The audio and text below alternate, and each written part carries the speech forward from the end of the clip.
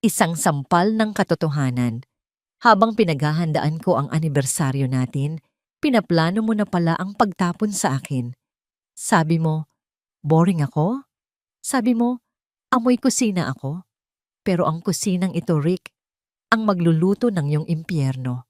Ngayon, lumayas ka sa bahay na ito, kasama ang basurang pumatol sa'yo. Sino na ngayon ang walang kwenta?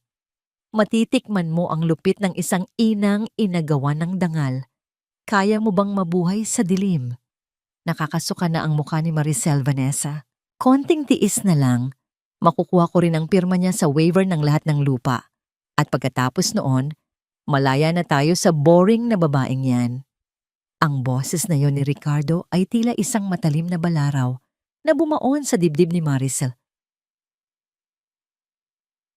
Diretso sa kanyang puso na kasalukuyang tumitibok ng mabilis dahil sa pananabik. Nakatayo siya sa labas ng pintuan ng kanilang silid, bit-bit ang isang tray kung saan nakapatong ang espesyal na chicken adobo na niluto niya ng halos 3 oras. Iyon ang paboritong putahe ni Rick. Ang ulam na pinagsaluhan nila nung mga panahong nagsisimula pa lamang silang mangarap sa isang maliit na apartment. Ngayong gabi ang kanilang ika-10 anibersaryo at ang bango ng bawang at tuyo na humahalimuyak sa hangin ay simbolo sana ng kanyang wagas na pag-ibig at pagsisilbi. Ngunit ang bango ay biglang naging amoy ng napanis na pangarap.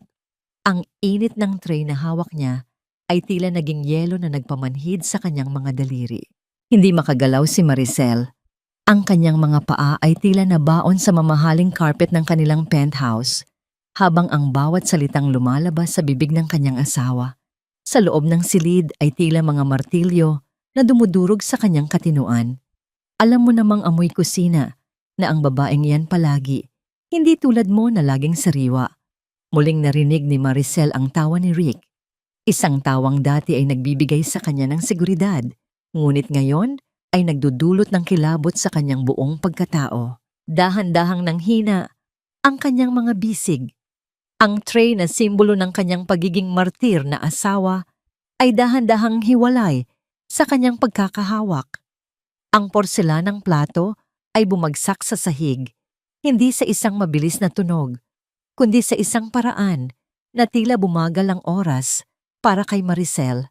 Nakita niya ang bawat piraso ng pagkain na tumalsik sa kanyang paanan, ang sarsa na parang dugong kumalat sa puting sahig, at ang basag na plato na sumasalamin sa kanyang sariling kaluluwa.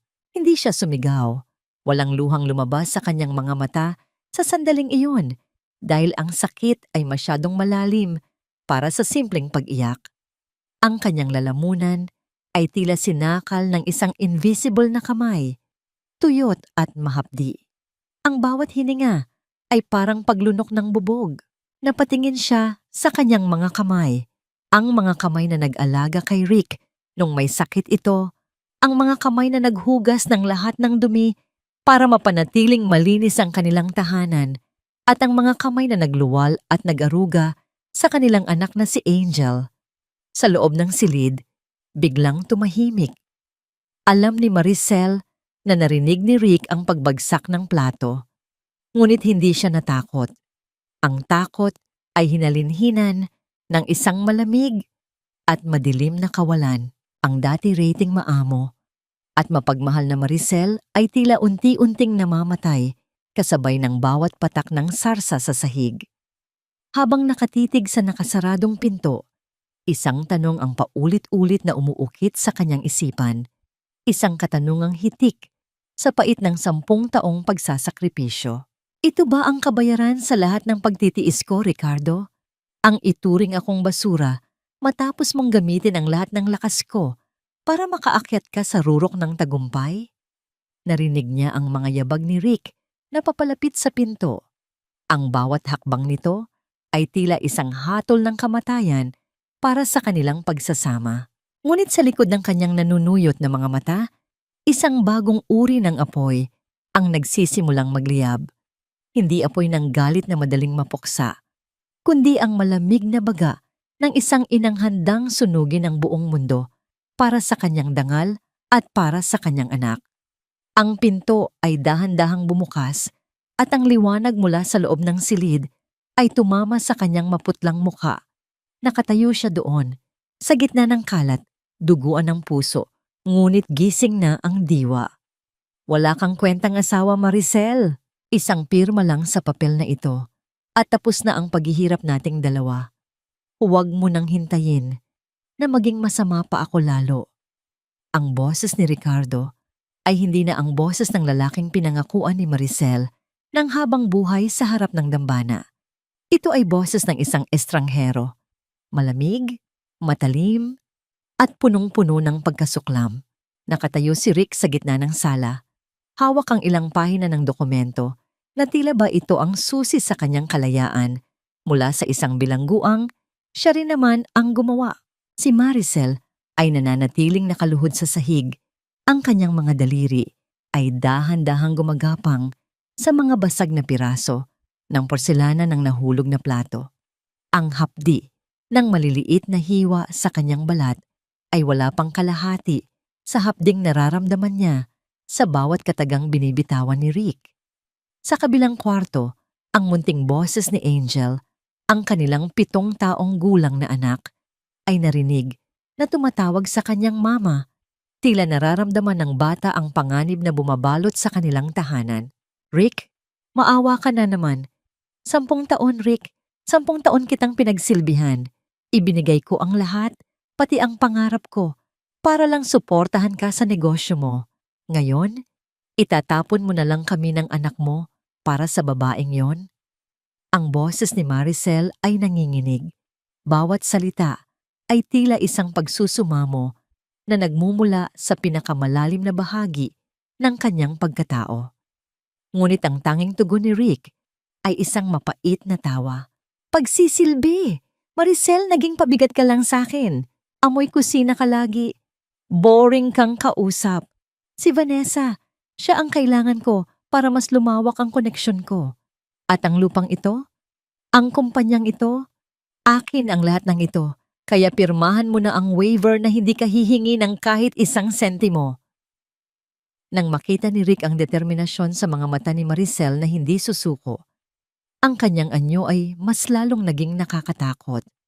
Lumapit siya sa kwarto ni Angel at marahas na binuksan ang pinto. Ang iyak ng bata ay pumailan lang sa buong penthouse, isang tunog na nagpabilis sa tibok ng puso ni Maricel. Rick, wag ang anak ko. Rick, parang awa mo na. Sigaw ni Maricel habang pilit na tumatayo.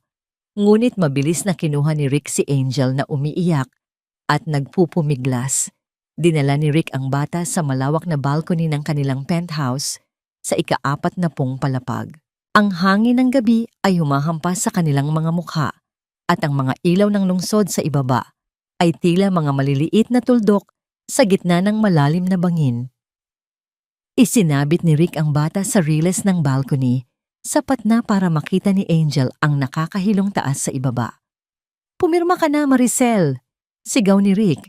Ang kanyang mga mata ay nanlilisik sa ilalim ng malamig na buwan. Isang maling galaw mo lang, bibitawan ko ang batang ito. Gusto mo bang makitang lumipad ang anak mo patungo sa semento? Pirmahan mo ang waiver ng lahat ng ari-arian mo. Ngayon din. Ang mundo ni Maricel ay tila huminto. Ang tanging naririnig na lamang niya ay ang mabilis at marahas na paghinga ni Angel at ang hagulgol ng bata na tumatawag sa kanya. Ang paningin niya ay nagdidilim at ang lamig ng riles ng balcony na nahahawakan niya ay tila nanunuot sa kanyang mga buto. Nararamdaman niya ang rosaryo sa loob ng kanyang bulsa, ang kanyang huling sandigan sa gitna ng impyernong ito. Ang bawat butil nito ay tila nagpapaalala sa kanya ng mga dasal na inalay niya para sa kaligtasan ng kanyang pamilya. Isang pamilyang ngayon ay winawasak ng sarili niyang asawa. Ibibigay ko ang lahat, Rick. Lahat. Ibaba mo lang ang anak ko. Ang bulong ni Maricel. Ang kanyang boses ay tila isang malamig na hangin na nagdadala ng sumpa at pangako. Sa ilalim ng liwanag ng buwan, ang panulat ay tila isang mabigat na sandata sa kanyang kamay. Alam ni Maricel na sa sandaling itukod niya ang tinta sa papel, mamamatay ang huling bahagi ng kanyang pag-asa sa lalaking ito. Ngunit habang tumitingin siya sa mga mata ni Rick, nakita niya hindi ang lalaking minahal niya, kundi isang halimaw na dapat puksain. Bakit mo ginagawa ito sa amin, Ricardo? Hindi mo ba alam na sa sandaling ito, pinirmahan mo na rin ang sarili mong hatol? Dahan-dahang itinukod ni Maricel ang panulat sa papel, habang ang bawat patak ng kanyang luha ay humahalo sa itim na tinta. Tapos na ang paghihirap natin, Maricel. Ibigay mo na sa akin ang huling bagay na nag-uugnay sa atin, ang iyong pirma, at pinalalaya na kita sa mundong ito na hindi mo naman kailanman kinabibilangan. Ang boses ni Ricardo ay kasing lamig ng hanging humahampas sa labas ng balcony. Sa bawat salita niya, tila unti-unting namamatay ang apoy sa loob ng puso ni Maricel. Nakatayo siya doon, nanginginig ang buong katawan, habang ang paningin ay nakapako sa maliit na kamay ni Angel na mahigpit na nakakapit sa braso ng kanyang ama. Ang iyak ng bata ay wala ng tunog, tila naubos na ang boses sa tindi ng takot. Tanging ang panginginig na lamang ng maliliit na balikat ang makikita. Inilapag ni Rick ang makapal na bundle ng mga dokumento sa ibabaw ng maliit na mesa sa tapat ni Maricel. Ang tunog ng mga papel na tumama sa kahoy ay tila isang hatol ng bitay sa katahimikan ng gabi. Dahan-dahang kinuha ni Maricel ang panulat. Ang bigat nito sa kanyang mga daliri ay tila isang toneladang bakal. Naalala niya noong unang beses niyang pinirmahan ang kanyang pangalan bilang Mrs. Maricel de la Vega, puno ng pag-asa, puno ng pangarap, nabubuo sila ng isang paraiso. Ngayon, ang parehong kamay na iyon ang tatapos sa lahat. Ang bawat linyang iginuguhit niya sa papel ay tila isang hiwa sa sarili niyang balat. Ang tinta ay kumalat, humalo sa isang patak ng luha na hindi na niya napigilang kumawala. Nang matapos ang huling pirma, marahas na hinablot ni Rick ang mga papel. Isang nakakatakot na ngiti ang sumilay sa kanyang mga labi habang tinitingnan ang bawat pahina. Sa wakas, malaya na ako. Malaya na ako sa amoy ng kusina at sa boring na buhay na ito. Ibinaba niya si Angel sa sahig. Ang bata ay agad na gumapang patungo sa kanyang ina. Yumakap sa mga binti ni Maricel na tila doon lamang siya ligtas sa buong mundo. Binuhat ni Maricel ang anak, naramdaman ang mabilis na tibok ng puso ng bata laban sa kanyang dibdib. Ngayon, lumayas na kayo. Malamig na utos ni Rick habang dinudukot ang kanyang cellphone para tawagan si Vanessa. Ayoko nang makita ang pagmumukha ninyo dito pagbalik ko. Ang lahat ng gamit nyo na hindi nyo madala, ituturing ko ng basura. Wala nang natirang lakas si Maricel para lumaban pa. Bit-bit ang isang maliit na bag na naglalaman lamang ng ilang piraso ng damit ni Angel at ang kanyang rosaryo. Dahan-dahan silang naglakad patungo sa pintuan. Ang bawat hakbang ay tila paglalakad sa ibabaw ng mga pako. Sa tapat ng pintuan, tumigil si Maricel.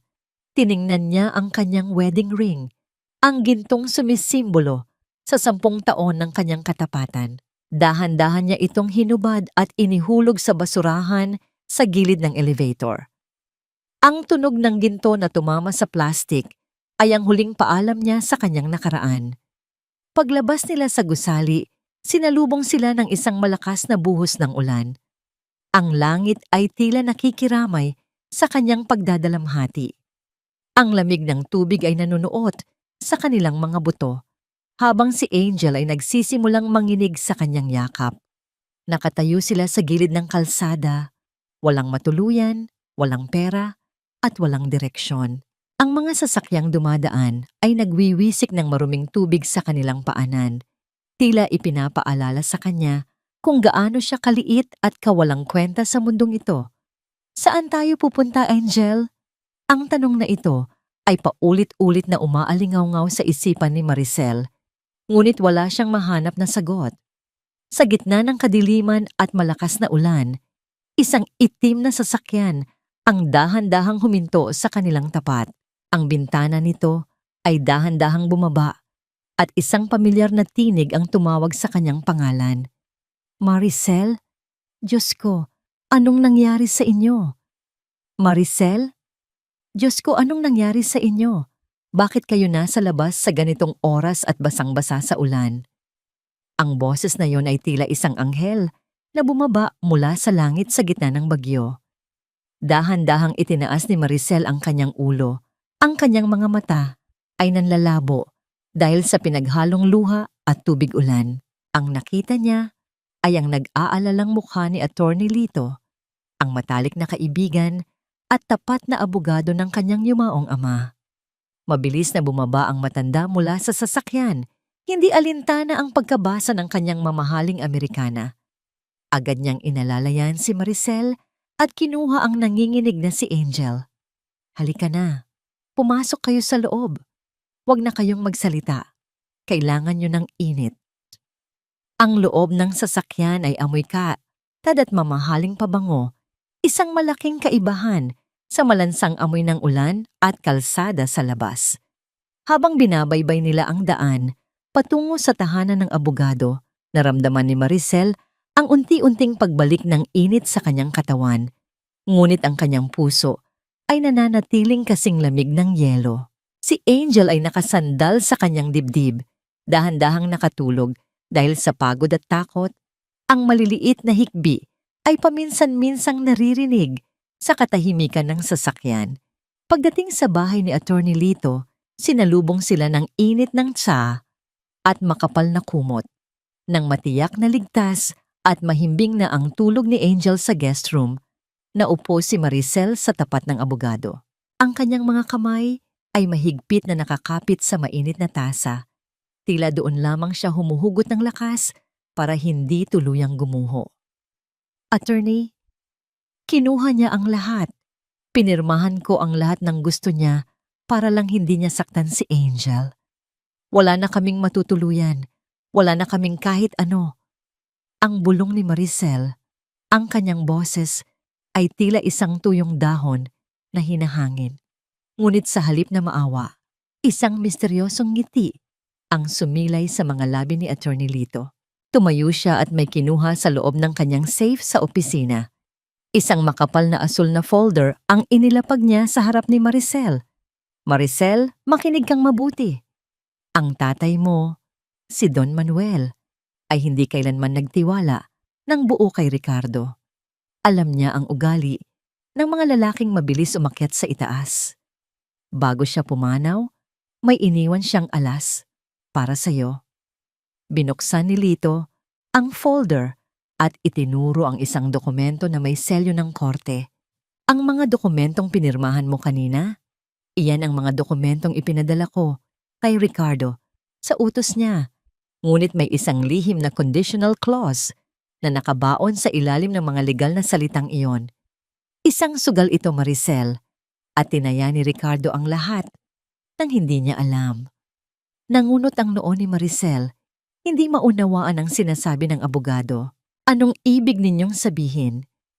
Sa sandaling pirmahan mo ang waiver ng ari-arian dahil sa pananakot o pagtataksil, hindi kay Ricardo mapupunta ang yaman.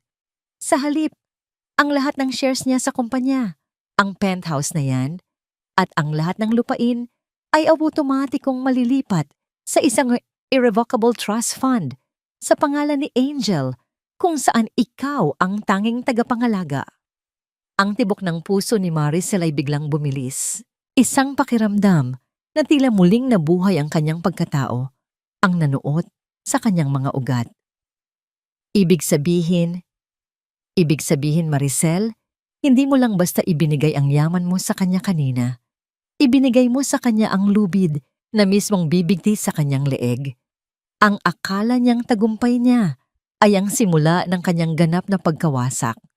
Bukas, sa harap ng board of directors, malalaman ni Ricardo na siya ay wala ng kahit isang kusing sa kumpanyang kinuha niya sa'yo. Isang malamig na ngiti ang dahan-dahang sumilay sa mga labi ni Maricel. Ang kanyang mga mata, na dati ay puno ng pagsusumamo, ay tila naging mga matatalim na kristal. Kung ganon, attorney, kailan natin sisimulan ang pagpapakita sa kanya ng tunay na impyerno? Ang bango ng mahal at matapang na pabango ni Vanessa ay tila sumakop na sa bawat sulok ng penthouse. Pilit na binubura ang huling bahagi ng alaala ni Maricel sa loob ng tahanang iyon. Habang si Rick ay nakaupo sa kanyang paboritong silya, kampanteng humihit-hit ng mamahaling sigarilyo. Si Vanessa naman ay abala sa pag-uutos sa mga katulong na itapon ang mga gamit na naiwan ng dating asawa. Itapon niyo na ang lahat ng mga basurang yan. Ang mga lumang kurtinang yan, ang mga gamit sa kusina na amoy bawang. Ayoko nang makakita ng kahit anong magpapaalala sa akin sa boring na babaeng yon. Utos ni Vanessa habang ang kanyang boses ay tila isang matalas na huni ng ibon na puno ng pagmamalaki. Dahan-dahang lumapit si Vanessa sa tsimenea. Sa kanyang mga kamay ay hawak niya ang isang maliit na frame. Ang huling litrato ni Rick at Maricel noong kanilang kasal. Nakangiti si Maricel doon, puno ng kawalang malay at pag-ibig. Isang mapait na ngisi ang gumuhit sa mga labi ni Vanessa.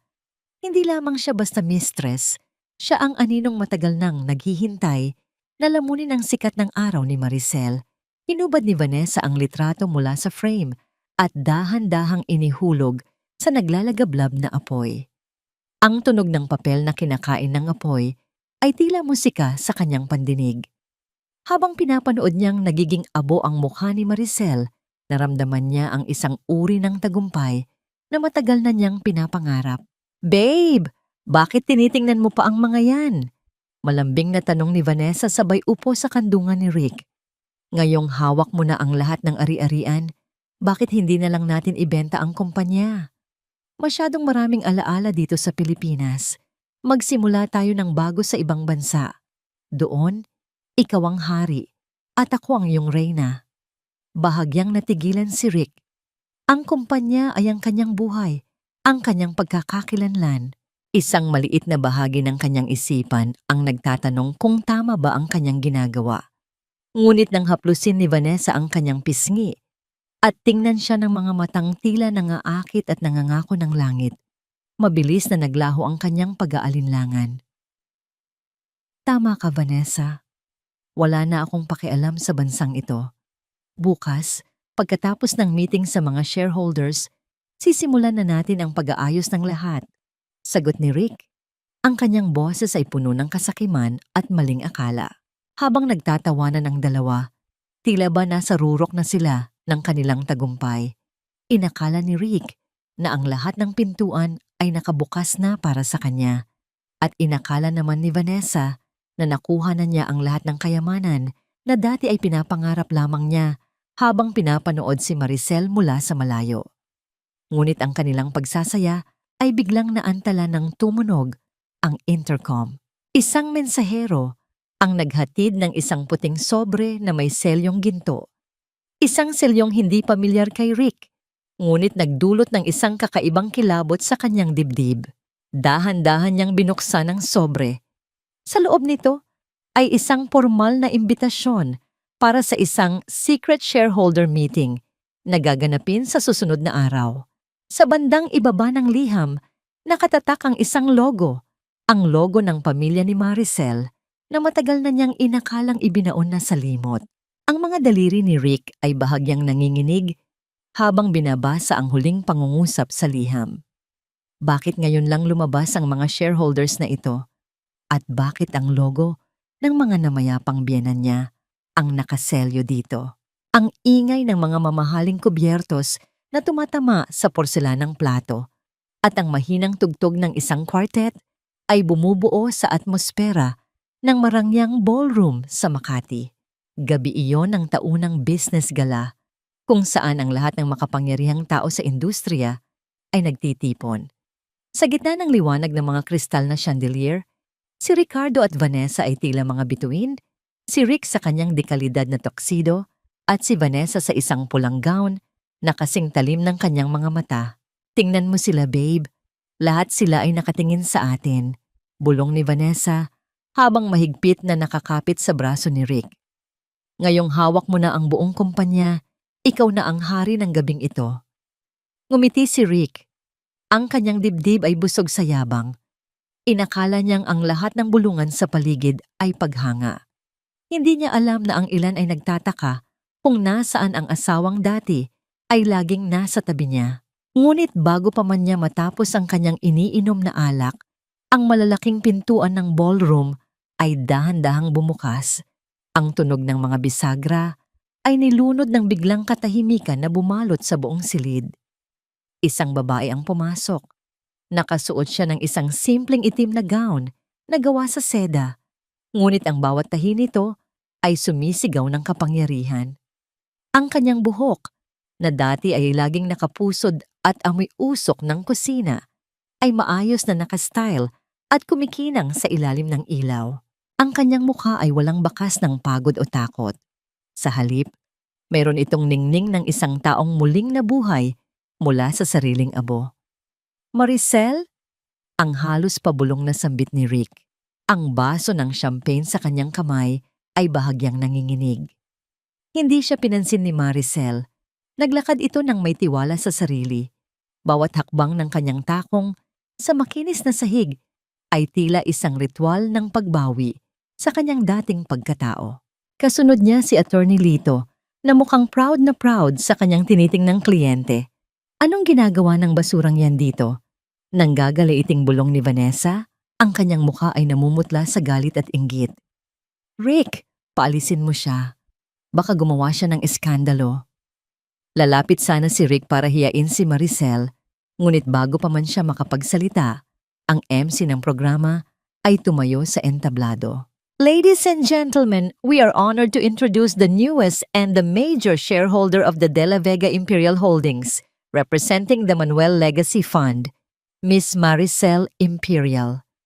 Ang palakpakan ay tila isang malakas na kulog na tumama sa pandinig ni Rick.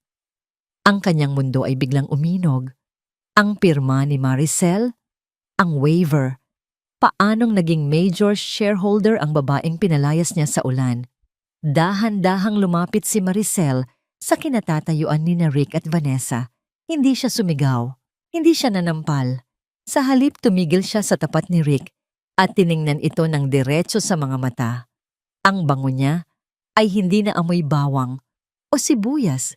Ito ay amoy ng isang mamahaling pabango na humahalo sa lamig ng gabi, ang amoy ng tagumpay. "Enjoy the party, Rick." Ang mahinang bulong ni Maricel, sapat na para marinig lamang ng lalaki. "Uminom ka ng marami habang libre pa ang alak. Dahil bukas, kahit ang basong hawak mo ay hindi mo na kayang bayaran." Iniwan ni Maricel ang dalawa na tila mga estatwa sa gitna ng ballroom. Ang mga mata ng lahat ng tao ay nasa kanya, hindi bilang biktima, kundi bilang isang reynang nagbabalik para bawiin ang kanyang kaharian. Sa kabilang banda, naramdaman ni Rick ang biglang panlalamig ng kanyang mga kamay. Ang champagne na kanina ay napakatamis, ay tila naging mapait na lason sa kanyang lalamunan. Napatingin siya sa baso niyang nanginginig. Isang pahiwatig ng lindol na malapit ng gumuho sa kanyang buong buhay. Ang katahimikan sa loob ng penthouse pagkatapos ng business gala ay tila isang mabigat na kumot na sumasakal kay Ricardo. Nakaupo siya sa gilid ng kanilang kama. Ang kanyang tuxedo ay gusot na at ang kurbata ay maluwag na nakasabit sa kanyang leeg. Sa kabilang dako ng silid, si Vanessa ay pabalik-balik na naglalakad. Ang tunog ng kanyang matutulis na takong sa sahig ay tila mga pako na ibinaon sa sentido ni Rick. "Paliwanag, Rick! Ipaliwanag mo sa akin kung paanong ang babaeng iyon na pinalayas natin ng walang dala ay biglang naging major shareholder." Ang boses ni Vanessa ay matinis, puno ng panunumbat at takot. "Akala ko ba nakuha mo na ang lahat? Akala ko ba kontrolado mo na ang sitwasyon?" Hindi sumagot si Rick. Ang kanyang mga kamay ay nanginginig habang pilit na binubuksan ang maliit na vault sa loob ng closet. Inilabas niya ang makapal na asul na folder, ang mga dokumentong pinirmahan ni Maricel sa gabi ng kanilang anibersaryo. Binasa niya ang bawat pahina, ang bawat talata, hanggang sa marating niya ang huling bahagi na nakasulat sa napakaliliit na titik sa ilalim ng isang teknikal na terminong legal. Doon niya nakita ang katotohanan. Isang trust clause na nagsasaad na sa sandaling magkaroon ng bad faith o pagtataksil sa panig ng asawa, ang lahat ng karapatan sa ari-arian ay automatikong lilipat sa anak na si Angel.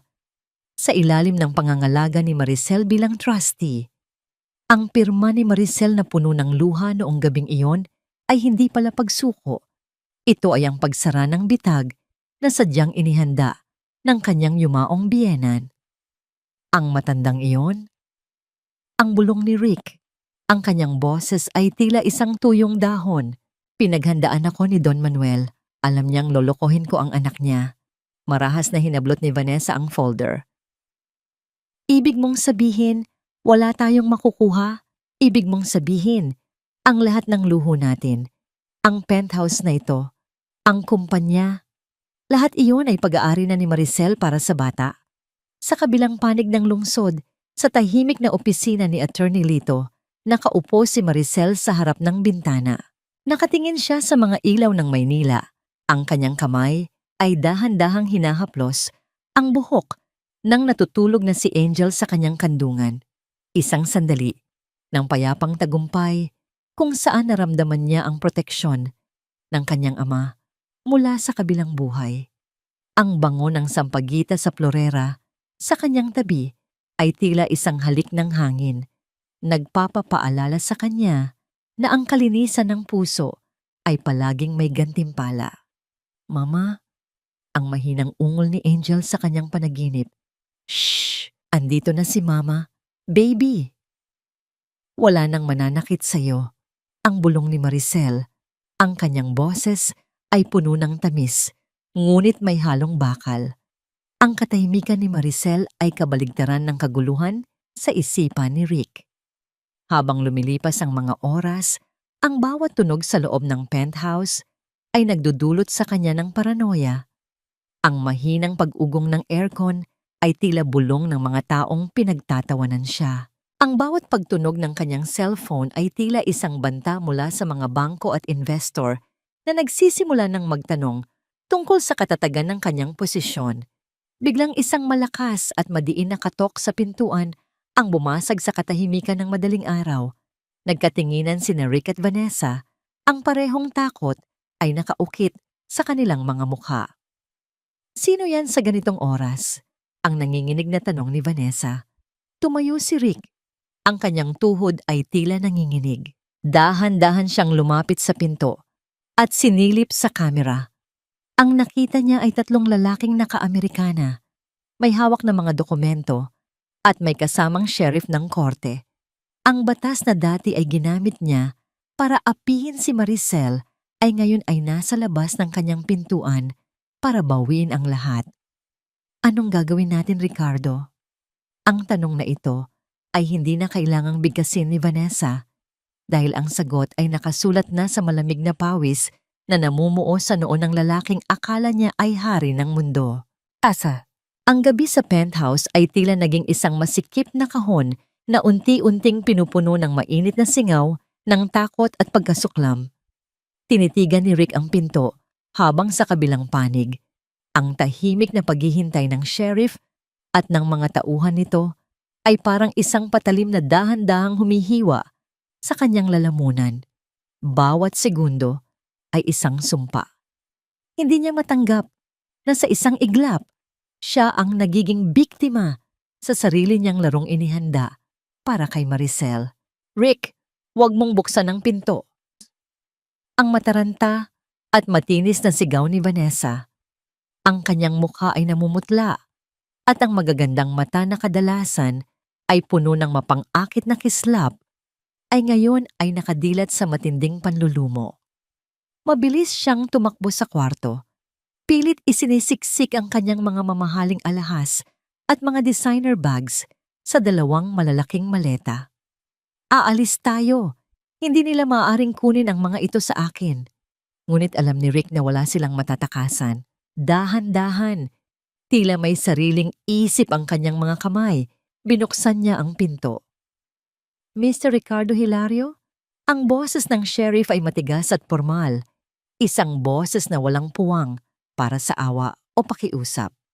Mayroon po kaming dalang temporary restraining order mula sa korte Ipinagbabawal po sa inyo ang pag-access sa lahat ng pondo ng kumpanya at inaabisuhan kayo na lisanin ang property na ito sa loob ng 24 na oras. Ang penthouse na ito, gayon din ang lahat ng ari-arian na nakapangalan sa Hilario Imperial Group, ay opisyal nang naka-freeze at isa sa ilalim sa pamamahala ng trust fund ni Angel Imperial Hilario. Isang papel ang iniaabot sa kanya. Tiningnan iyon ni Rick, ngunit ang mga titik ay nagmimistulang lumalangoy sa harap ng kanyang nanlalabong mga mata. Teka, hindi pwede ito. Kumpanya ko ito. Ako ang nagpalago nito. Asawa ko siya. May karapatan ako rito. Ang sigaw niya, ang kanyang boses, ay tila isang asong nasusukol, ngunit ang sheriff ay hindi natinag. Ang anumang reklamo, sir, ay maaari ninyong idulog sa inyong abogado. Sa loob ng opisina ni Attorney Lito, si Maricel ay kasalukuyang umiinom ng mainit na kape. Ang aroma ng kapeng barako ay nagbibigay ng pamilyar na ginhawa sa kanyang kalamnan. Sa sandaling iyon, ang kanyang isip ay bumalik sa isang alaala, 10 taon na ang nakalilipas, isang batang lalaki na nakaluhod sa harap niya, umiiyak at nangangako na mamahalin siya ng tapat, na gagawin niya ang lahat para mabigyan siya ng magandang buhay. Paanong naging halimaw ang lalaking iyon? Ang tanong ay sumagis sa kanyang isip. Ngunit mabilis itong pinawi ng mukha ng kanyang anak na kasalukuyang nakangiti sa kanyang pagtulog. Hinalikan ni Maricel ang noo ni Angel. Nabalik lamang ang kanyang diwa nang magring ang telepono ni Attorney Lito. Oo, nagsilbi na ang court order, ang simpleng sagot ng abogado, bago ito lumingon kay Maricel nang may malawak na ngiti. Tapos na ang paghahari niya, Maricel. Isang tipid na ngiti ang sumilay sa mga labi ng ina. Hindi itong ngiti ng paghihiganti na puno ng puot, kundi ngiti ng isang reynang nakabawi ng sariling kaharian. Attorney, siguruhin niyo lang na hindi nila madala ang mga importanteng papeles. Gusto kong umalis sila doon nang walang ibang bitbit kundi ang mga damit sa kanilang likod. Sa penthouse, ang tensyon ay umabot na sa sukdulan. Matapos umalis ng mga opisyales, si Rick ay tulalang nakaupo sa sofa. Si Vanessa ay lumabas mula sa kwarto, hinihila ang kanyang 2 maleta. Aalis na ako. Hindi ko kayang mamuhay kasama ang isang talunan. Ang sigaw ni Vanessa, hindi na nag-atubiling itago ang kanyang tunay na kulay. Napatayo si Rick. Ang kanyang mukha ay pumupula sa pinaghalong galit at kawalan ng pag-asa. Vanessa, ginawa ko ang lahat ng ito para sa atin. Inilahad ko ang lahat kay Maricel para makasama ka. Para sa atin? O para sa pera, Rick? At ngayon na wala ka ng pera, ano pang silbi mo sa akin? Ang bawat kataga ay parang yelo na bumalot sa puso ni Rick.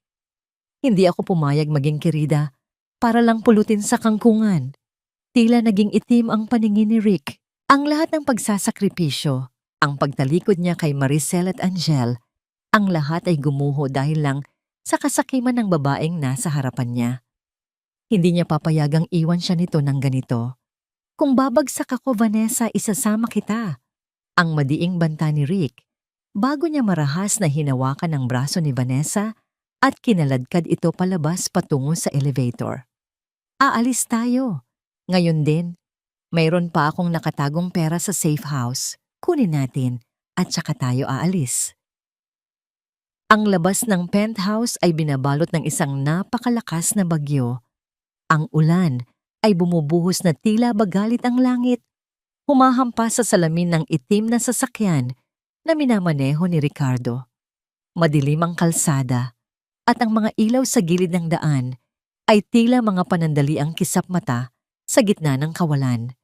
Sa loob ng sasakyan, ang hangin ay mabigat at puno ng tensyon. Si Vanessa ay nakaupo sa passenger seat, mahigpit na nakakapit sa kanyang mamahaling bag na naglalaman ng mga alahas at kaunting pera na natira. Ang kanyang mukha ay balot ng takot at pagkasuklam. Habang tinitingnan si Rick, nakasalukuyang nakatutok lamang ang paningin sa madulas na kalsada. Ang mga ugat sa leeg ni Rick ay litaw na litaw, tanda ng pinipigilang galit. Ang bagal mo namang magmaneho. Gusto mo bang maabutan tayo ng mga pulis? Ang mabilis at matinis na sigaw ni Vanessa, hindi na maitago ang pagkairita. Sinasabi ko na sa'yo, Rick, dapat hindi na tayo umalis ng ganito kadelikado. Wala kang kwenta. Akala ko pa naman ikaw ang pinakamatalinong negosyante, iyon pala. Magpapatalo ka lang sa isang boring at mabahong babae na katulad ni Maricel. Ang bawat salita ni Vanessa ay tila mga bala na tumatagos sa huling hibla ng pasensya ni Rick. Tumahimik ka, Vanessa. Kasalanan mo rin ito. Kung hindi mo ako pinilit na paalisin agad si Maricel at ipapirma ang mga papel ng padalos-dalos, hindi sana nangyari ito. Sinunod ko ang lahat ng gusto mo at ngayon, tatalikuran mo ako. Ang madiing ganti ni Rick habang lalong idiniin ang kanyang paa sa silinyador. Mabilis na tumaas ang takbo ng sasakyan. Ang ulan ay patuloy na sumasampal sa windshield at ang mga wiper ay tila hindi na makayanan ng dami ng tubig. Ako pa ngayon ang may kasalanan. Bobo ka lang talaga, Rick. Binenta mo ang anak mo para sa kapirasong papel, pero ang papel na yon ang sumira sa'yo. Wala ka ng kwenta at hinding-hindi na ako babalik sa'yo kahit anong mangyari. Pilit na binubuksan ni Vanessa ang pinto ng sasakyan. Itigil mo ito. Bababa ako. Ayaw ko nang sumama sa isang talunang katulad mo. Dahil sa pagwawala ni Vanessa at sa matinding emosyon, napalingon si Rick. Sa isang sandali, inalis niya ang kanyang tingin sa kalsada upang awatin ang nagpupumiglas na babae. Iyon na ang huling sandali na nakita niya ang daan. Sa gitna ng kadiliman at madulas na kalsada, isang matalim na kurbada ang nag-aabang. Ang ilaw ng isang pasalubong na malaking truck ay bumulag kay Rick. Bigla niyang kinabig ang manibela. Ang lahat ay nangyari sa loob ng isang mabilis, ngunit napakabagal na sandali. Ang ingay ng gulong na pilit kumakapit sa sementong basa, ang malakas na pag-ugong ng makina, at ang nakakabinging pagbaliktad ng buong mundo. Ang sasakyan ay tila isang laruang inihagis sa hangin, bumulusok patungo sa malalim na bangin sa gilid ng bundok. Pagkatapos ng matinding pagyanig at pagkapunit ng bakal, isang mabigat na katahimikan ang pumalit, binabasag lamang ng walang awang patak ng ulan. Sa kabilang dako ng lungsod, sa isang tahimik at mainit na kwarto, dahan-dahang nagising si Maricel. Tila may kumurot sa kanyang dibdib, isang pakiramdam ng biglaang lamig. Bumangon siya at lumapit sa bintana. Tinitingnan ang bagyo sa labas. Pinunasan niya ang malamig na pawis sa kanyang noo at nagdasal ng tahimik. Hindi niya alam kung para kanino o para saan. Ngunit ang kanyang instinto bilang ina ay nagsasabing may isang malaking nangyari sa gabing iyon. Nabalik lamang ang diwa ni Maricel nang marinig niya ang pagtunog ng kanyang cellphone. Tiningnan niya ang screen at nakita ang numero ni Attorney Lito. Hello, Attorney. May balita ba? Maricel, nakatanggap ako ng ulat mula sa highway patrol. Si Ricardo, na aksidente ang sasakyan niya at nahulog sa bangin. Sa lugar ng aksidente, namulat si Rick sa gitna ng dilim at sakit. Ang kanyang paningin ay nanlalabo. Pilit na inaaninag ang paligid. Ang amoy ng usok at gasolina ay pumupuno sa kanyang ilong. Sinubukan niyang igalaw ang kanyang mga kamay, ngunit wala siyang maramdaman. Wala. Kahit ang kanyang mga paa, ang isang malamig na takot ay nagsimulang gumapang sa kanyang dibdib. Sa kabilang banda, nakita niya si Vanessa. Duguan ito ngunit nakatayo at naglalakad palayo. Hawak-hawak ang bag na naglalaman ng kanyang huling kayamanan. Vanessa, tulungan mo ako. Ang mahinang ungol ni Rick, isang pakiusap na tila galing sa isang kaluluwang nasa purgatorio.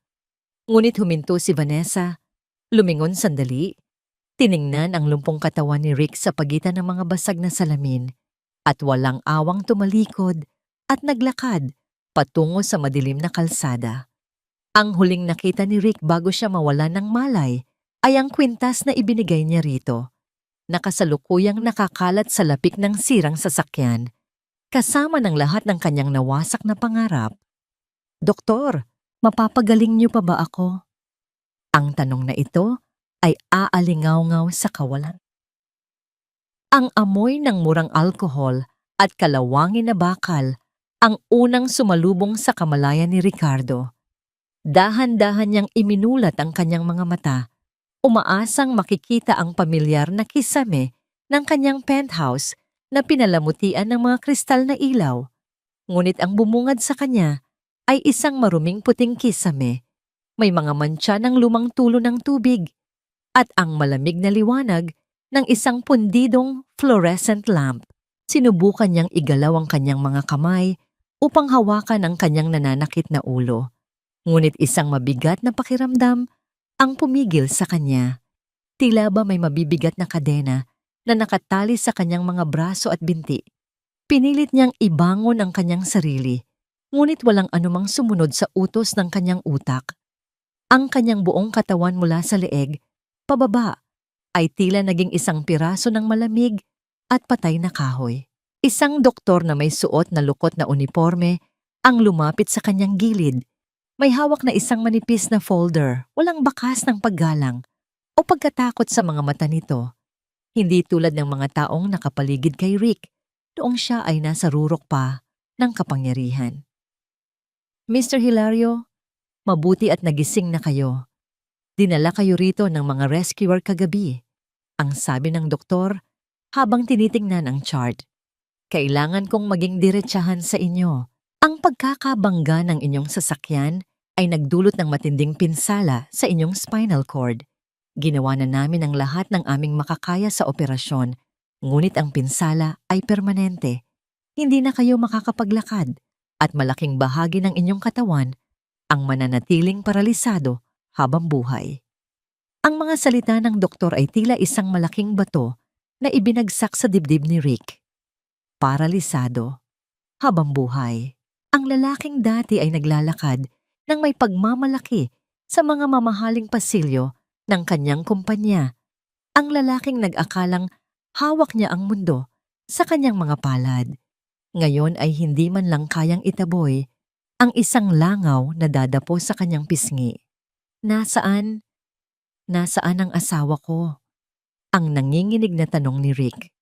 Ang kanyang isip ay bumalik kay Vanessa, ang babaeng pinangakuan niya ng lahat, ang babaeng dahilan kung bakit niya itinapon sina Maricel at Angel. Si Vanessa, kasama ko siya sa sasakyan. Nasaan siya?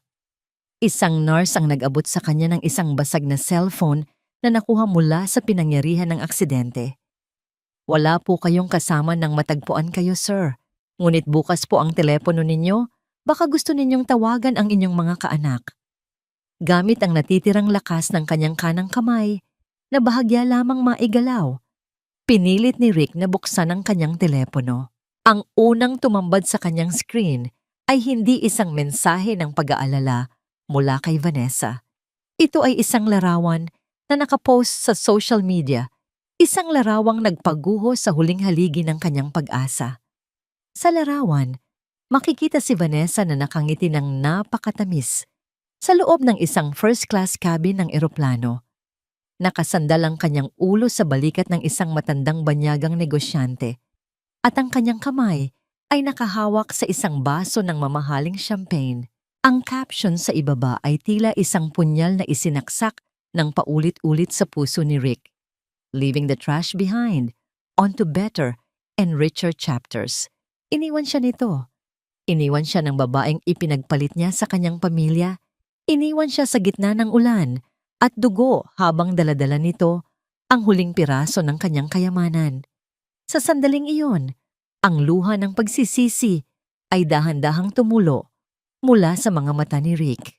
Naalala niya ang mga gabing may sakit siya nung nagsisimula pa lamang sila, kung paanong si Maricel ay hindi natutulog, laging nagpupunas ng kanyang pawis at nagpapakain sa kanya ng mainit na sabaw. Tinawag niyang amoy kusina ang mga kamay na iyon, mga kamay na hindi siya kailanman binitawan kahit sa pinakamababang punto ng kanyang buhay.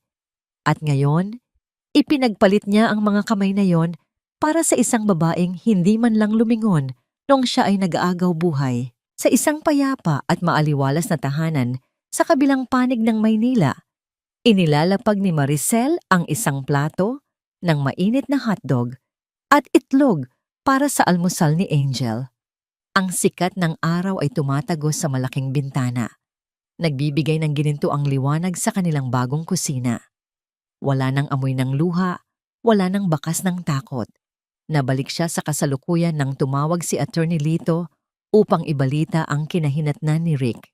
Habang pinapakinggan ang ulat tungkol sa pagkakalumpo ng dating asawa at ang pagtakas ng kabit nito, walang kurba ng tagumpay o galak sa mga labi ni Maricel. Isang malalim at mahabang paghinga lamang ang kanyang pinawalan. Ang batas ng tadhana ay mas malupit kaysa sa anumang ganti na kaya niyang gawin. Mama, bakit po? Ang inosenteng tanong ni Angel habang nangumunguya. Hinarap ni Maricel ang kanyang anak. Inayos ang buhok nito at binigyan ng isang nangiting puno ng pag-asa. Wala anak, nagpapasalamat lang si Mama dahil napakaganda ng umaga natin ngayon. Walang anumang bagyo ang makakasira sa araw natin. Habang patuloy sa pag-ikot ang mundo ni Maricel patungo sa liwanag, ang mundo ni Rick ay tuluyan ng nilamon ng kadiliman. Sa loob ng malamig at madilim na charity ward, nakatitig lamang si Rick sa kisame. Walang bumibisita, walang nagtatanong kung kamusta siya. Ngunit ang katahimikan ng kanyang kwarto ay biglang binasag ng dahan-dahang pagbukas ng pinto. Ang mga regular at kalmadong yabag ng sapatos ay lumapit sa kanyang kama. Ang tibok ng puso ni Rick ay bumilis. Umaasa na baka may isang taong nais pa ring tumulong sa kanya. Isang anino ang tumakip sa liwanag na nagmumula sa labas. At nang luminaw ang kanyang paningin, nakita niya ang mukha ng taong hindi niya inaasahang bibisita sa kanyang sariling impyerno. Ang amoy ng gamot at disinfektante ay tila humahalo sa amoy ng kawalang pag-asa sa loob ng charity ward. Nakapako ang paningin ni Ricardo sa kisame. Sinusubukang bilangin ang bawat bitak sa semento para lamang malimutan ang sakit ng kanyang katawan at ang kirot sa kanyang dibdib. Ngunit ang kanyang pag-iisa ay naantala ng dahan-dahang bumukas ang lumang pinto ng kwarto. Ang mga pamilyar na yabag ng sapatos, kalmado ngunit may dalang bigat ng awtoridad, ay palapit sa kanyang kama. Pinilit ni Rick na ibaling ang kanyang ulo upang makita kung sino ang dumating. Ang kanyang mga mata, na dati ay puno ng pagmamalaki, ay nanlaki sa pinaghalong gulat, hiya, at isang katiting na pag-asa. Nakatayo sa paanan ng kanyang kama ay si Maricel. Hindi siya nakasuot ng mga lumang damit na madalas niyang suotin noong nasa loob pa siya ng kusina. Nakasuot siya ngayon ng isang eleganteng puting suit. Ang kanyang buhok ay maayos at tuwid na nakalugay. At sa kanyang mga kamay ay isang mamahaling itim na leather bag. Ang presensya niya ay sumasakop sa buong kwarto. Walang bakas ng pagiging boring o amoy kusina na palaging ibinabato sa kanya ni Rick noon. Maricel, ang nanginginig at basag na boses ni Rick. Ang kanyang lalamunan ay tila may nakabara at ang kanyang mga mata ay nagsimulang mamuo ang mga luha. Pumunta ka. Nandito ka para tulungan ako? Hindi agad sumagot si Maricel. Tiningnan niya ang buong paligid ng charity ward, ang kalunos-lunos na kalagayan ng lalaking minsang itinuring niyang hari ng kanyang mundo. Ang kama ay manipis at may mantsa, ang bintana ay walang kurtina, at ang aparador sa gilid ay walang laman. Dahan-dahang naglakad si Maricel papalapit sa ulunan ni Rick. Ang bango ng kanyang pabango, hindi matapang ngunit malinis at nagpapahiwatig ng yaman, ay pumasok sa pandinig at pangamoy ni Rick. Tila isang paalala ng buhay na itinapon niya. Hindi ako nandito para tulungan ka, Ricardo. Ang kalmadong sagot ni Maricel. Ang kanyang boses ay hindi galit, ngunit walang bakas ng awa. Ito ay ang boses ng isang estranghero. Nandito ako para ibigay sa iyo ang huling dokumento. Kinuha ni Maricel mula sa kanyang bag ang isang asul na folder, ang parehong uri ng folder na naglalaman ng mga papeles na nagwasak sa imperyo ni Rick. Inilapag niya ito sa maliit na mesa sa tabi ng kama. Ang mga dokumento ng ating annulment at ang pinal na kautusan ng korte na naglilipat ng lahat ng natitira mong utang at obligasyon sa pangalan mo bilang individual, habang ang kumpanya at ang penthouse ay ganap ng nakapangalan sa trust fund ni Angel. Paliwanag ni Maricel nang walang anumang panginginig sa boses. Maricel, parang awa mo na. Ang hagulgol ni Rick ay pumailan lang sa tahimik na kwarto. Wala na akong kahit ano. Hindi ko maigalaw ang katawan ko. Iniwan na ako ni Vanessa. Inubos niya ang lahat ng pera ko. Tulungan mo ako. Kahit asikasuhin mo lang ako dito, ibalik mo lang ako sa penthouse natin. Nagsisisi na ako, Maricel. Nagsisisi na ako sa lahat ng ginawa ko sa inyo ni Angel. Isang malamig na ngiti ang dumaan sa mga labi ni Maricel. Tinitigan niya ang mga matang nagmamakaawa, ngunit hindi niya nakita roon ang tunay na pagsisisi. Nakita niya ang takot ng isang lalaking walang makapitan dahil kinuha na ng tadhana ang lahat ng pinagmamalaki niya. Rick, noong pinapalayas mo kami sa gitna ng ulan, nasaan ang awa mo? Noong isinabit mo ang sarili mong anak sa balcony para pilitin akong pumirma, nasaan ang konsensya mo? Ang pagsisisi mo ngayon ay hindi dahil sa naging masama ka sa amin, kundi dahil talo ka na. Dahil lumpo ka na at wala ka ng pera. Ang mga salita ni Maricel ay tila isang balaraw na direktang tumagos sa puso ni Rick. Hindi siya makasagot dahil alam niyang bawat salita ay totoo. Dahan-dahang inayos ni Maricel ang kanyang bag at tumalikod. Ang batas na ginamit mo para apakan ako ay ang parehong batas na bumasag sa iyo.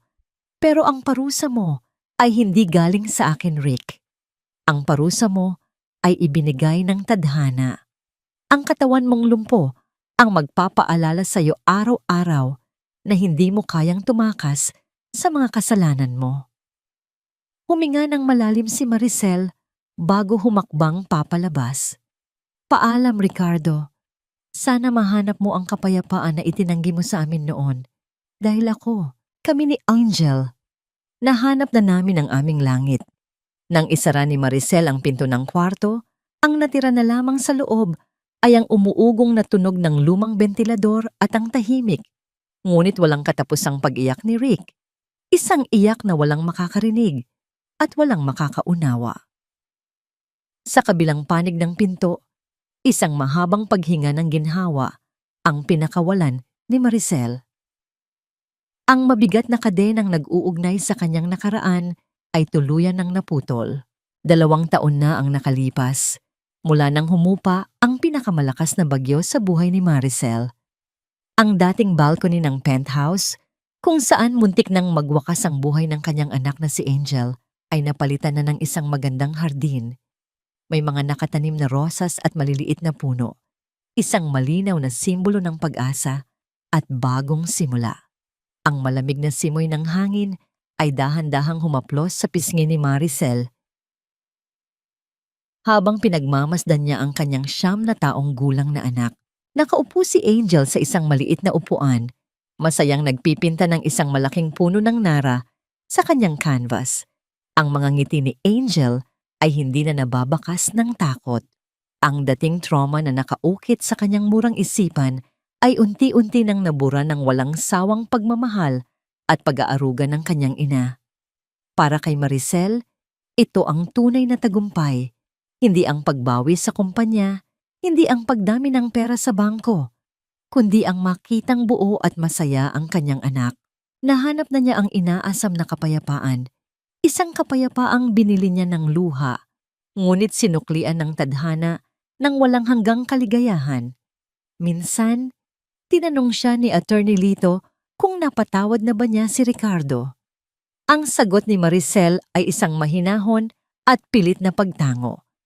Pinatawad na niya ang lalaking sumira sa kanya, hindi dahil karapat-dapat si Rick sa kapatawaran, kundi dahil karapat-dapat si Maricel na lumaya sa bigat ng nakaraan. Ang galit ay isang lason na kapag ininom mo araw-araw, inaasahan mong ang ibang tao ang mamamatay. Ngunit ang totoo ay ikaw ang unti-unting namamatay. Sa pamamagitan ng pagpapatawad, pinutol niya ang huling kadena na nag-uugnay sa kanya sa lalaking iyon. Nabalitaan niya paminsan-minsan ang kinahinatnan ng mga taong nagtaksil sa kanya. Si Vanessa, na buong pagmamalaking lumipad patungong Europa, kasama ang isang mayamang banyaga, ay nauwi sa kalye. Ang lalaking inasahan nitong sasagip sa kanya ay isa palang manloloko na nabaon sa utang at tumakas. Iniiwan si Vanessa na walang pasaporte at namumulot ng barya sa isang banyagang lupain. Si Rick naman ay nananatiling nakatingala sa maruming kisame ng isang pampublikong ospital. Inabandona ng lahat ng paboritong kaibigan na nakinabang sa kanya noong siya ay mayaman pa. Nabubuhay siya araw-araw sa limos at awa ng mga nurse, habang ang kanyang isip ay patuloy na pinahihirapan ng mga alaalang hindi na niya kailanman maibabalik. Ang karma ay tila isang tahimik na anino. Hindi ito nagmamadali, ngunit hindi rin ito naliligaw ng landas. Lumapit si Angel at yinakap ng mahigpit si Maricel mula sa likuran. Ang init ng yakap ng bata ay tila nagpatunaw sa huling natitirang yelo sa puso ng ina. Mama, ang ganda ng araw ngayon, hindi ba? Ang masayang wika ni Angel habang itinuturo ang pagsikat ng araw sa horizon ng Maynila. Oo anak, napakaganda. At mula ngayon, wala nang bagyo na makakapigil sa atin. Ang malambing na tugon ni Maricel. Sa mga sandaling ito, isang malinaw na aral ang natanim sa puso ni Maricel na nais niyang ipamana sa kanyang anak. Ang halaga ng isang babae ay hindi kailanman nasusukat sa pagmamahal o pag-apruba ng isang lalaki. Ang tunay na pag-ibig ay hindi humihingi ng kapalit na pagkawala ng sariling dignidad. Hindi kailangang maging martir at tiisin ang lahat ng pang-aabuso para lang masabing ikaw ay isang mabuting asawa at ina. Minsan, ang pinakadakilang sakripisyo na magagawa mo para sa iyong pamilya ay ang matutong lumaban, tumayo, at piliin ang iyong sarili. Ang pag-ibig ng isang ina ay kasing tatag ng puno ng nara. Maaring mabali ang mga sanga sa lakas ng bagyo, ngunit ang mga ugat nito ay mananatiling nakakapit sa lupa, handang muling sumibol pagdating ng araw. Ang kwentong ito ay isang salamin ng katatagan ng maraming kababaihang Pilipino na nakakulong sa madilim na bahagi ng isang mapang-abusong relasyon.